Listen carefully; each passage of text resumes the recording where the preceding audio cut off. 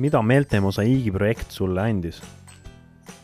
Meelte mosaiik on minu jaoks väga oluline projekt olnud, sest et kuna ma olen ainsa kuuljana kurtide perekonnas sündinud, siis ma olen pidevalt näinud, kuidas inimesed kardavad kurte, nad kardavad nendega suhelda ja enamus inimesi ehmatab ära, kui näiteks mu perekond pöördub nende poole. Selle tõttu ma nägin vajadust teha seda projekti, sest et ma tahtsin kaotada ära selle hirmu ja nii palju on eelarvamusi ka kurtide osas ja ka pimedate osas. Projektist olen mina saanud väga palju positiivset tagasisidet lastelt. Kuigi mina käisin ainult ühes koolis, siis sellest ühest käigust sain mina juba nii palju sellist positiivset energiat, sellist uudishimu. Need lapsed tegelikult tahavad seda kõike teada. Neil ei ole seda võimalust olnud varem ja seda on tore näha, kui küsitakse küsimusi ja ollakse huvitatud ja tahetakse teada asju.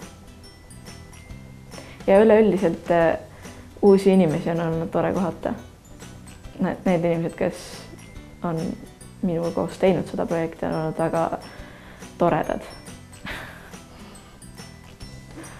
Olen saanud selle teada, et tegelikult on hästi palju teised inimesed vajavad seda, et neile seletatakse, kui kohata erivajadusega inimest, et ei pea ära jooksma või ümber pöörama ja tagasi minema, vaid et julgetaks abi pakkuda, julgetaks küsida, et kas on abi vaja, sest väga paljud on niisugused, kes nagu ei julge, kuna ei tea, et mis tegema peab ja kuidas suhtuma peaks.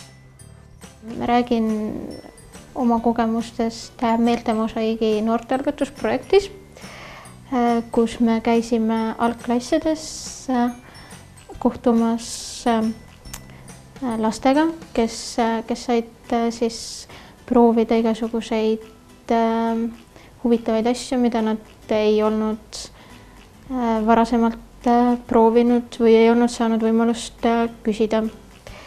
Kuna mina käisin koolides oma juhtkoer Roosiga, siis mulle tuli kõige rohkem küsimusi Roosi ja juhtkoerte kohta üldiselt. Mis sulle projekti jooksul kõige eredamalt meelde jäi? Mis mind selle projekti juures kõige rohkem rabanud on see, kui tähtsusetuks minu roll muutus klassis tunde andes. Et ma olin laste ja kurtide vahendaja vist 5 minutit ja siis nad leidsid omavahelise ühise keele, kuidas suhelda. Et seda ma hindan kõige rohkem selle projekti juures, nende mõlema poole julgust, et see oli väga üllatav minu jaoks. Selle projekti juures oli minu jaoks kõige huvitavam kogemus see, kui ma rääkisin kurdiga muusikast. Ja mind üllatas see, kuidas tema tajub muusikat ja kuidas tema saab aru sõnadest, ilma et ta kuulaks reaalselt muusikat. Kui me käisime Loksa koolis lastega kohtumas, siis see positiivne reaktsioon, mis me mõlemad Roosiga sealt saime, oli väga meeldejääv, sest tavaliselt, kui lapsed ei julge küsida, siis Loksa koolis oli niimoodi, et lapsed küsisid nii palju, et ma ei jõudnud 45 minuti jooksul kõikidele nende küsimustele vastata. Et kogu aeg tuli küsimusi juurde ja juurde ja juurde ja lapsed olid väga avatud ja rõõmsad, et nad said üldse küsida ja uurida ja niisuguse kogemuse võrra rikkamaks. Mind on üllatanud pimedate iseseisvus. Kuigi varasemalt mul kokkupuuteid ei olnud, siis oli ikkagi selline kõhe tunne või nagu selline ebakindlus nendega suhtlemisel. Sest et väike hirm oli, et midagi ütlen valesti või et nagu kuidagi ei osanud nendega suhelda. Aga pärast paari kokkupuudet see muutus täielikult, sellepärast et see hirm oli täiesti tühine.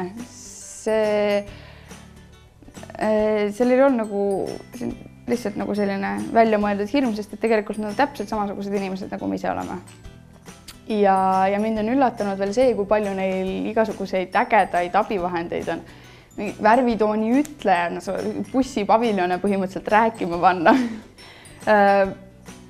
igasuguseid erinevaid asju ja see on minu arust nii tehnika poole pealt väga-väga äge. Ja see ei ole võib-olla niivõrd üllatus, aga nad on nii positiivsed ja rõõmsameelsed inimesed enamasti, et see teeb head meelt.